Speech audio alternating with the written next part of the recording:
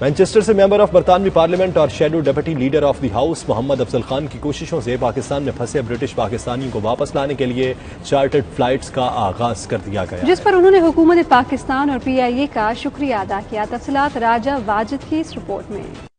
Manchester سے member of برطانوی parliament اور shadow deputy leader of the house Muhammad Afzal Khan کی کوششوں سے پاکستان میں پھنسے برٹش پاکستانیوں کو واپس لانے کے لیے چارٹر فلائٹس کا آغاز کر دیا گیا ہے۔ اس موقع پر ان کا کہنا تھا کہ وہ وزیر اعظم عمران خان سے اپیل کرتے ہیں کہ برطانیہ سے خالی پروازوں کو لے جانے کی بجائے یہاں پر پھنسے پاکستانیوں کو ملک واپس بھیجنے کے اقدامات کیے جائیں۔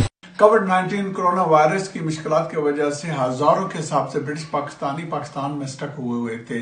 آپ میں خوشی ہے کہ PIA نے کوئی 7,500 سے زیادہ لوگوں کو واپس برطانیہ میں پہنچا دیا ہے، لیکن ابھی بھی 8,000 کم از کم وہاں پہ ہیں جو آنا چاہتے ہیں۔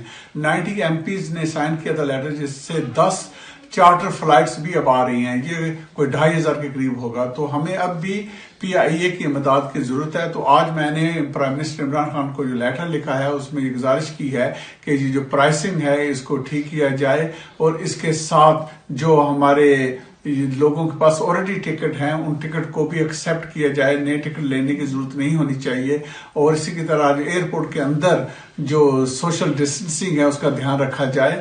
اور فائنلی جو یہاں سے طیارے واپس خالی جا رہے ہیں، یہ چیز ٹھیک نہیں ہے، کیونکہ یہاں پہ بھی بہت سے پاکستانی ہیں جو شاید اسٹوڈنٹ ہوں یا وزٹ پہ ہوں، ہیلتھ کے لیے آئے ہوں، کام کے لیے آئے ہوں، وہ بھی واپس جانا چاہتے ہیں۔ اور اس کے علاوہ جو برٹش پاکستانی یہاں پہ آباد ہیں 1.5 ملین، ان کی بھی گہرے تعلق پاکستان کے ساتھ ہیں، اور کئی حالات ایمرجنسی اور مشکلات ہوتی ہیں جس کی وجہ سے ان کو ایمرجنسی جانا پڑتا ہے۔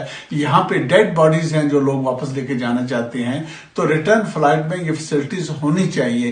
ان کا مزید کہنا تھا کہ جن لوگوں نے پہلے ٹکٹ خریدے ہوئے ہیں انہیں ٹکٹوں پر ان کے سفر کی اجازت دی جائے۔ MP افضل خان پاکستان میں پھنسے اوورسیز پاکستانیوں کی برطانیہ واپسی کے لیے مسلسل آواز اٹھاتے رہے ہیں۔ نہ صرف وزیر اعظم عمران خان بلکہ برطانوی حکام کو بھی خط لکھ کر ان کی توجہ اس مسئلے کی طرف مبذول کرا چکے ہیں۔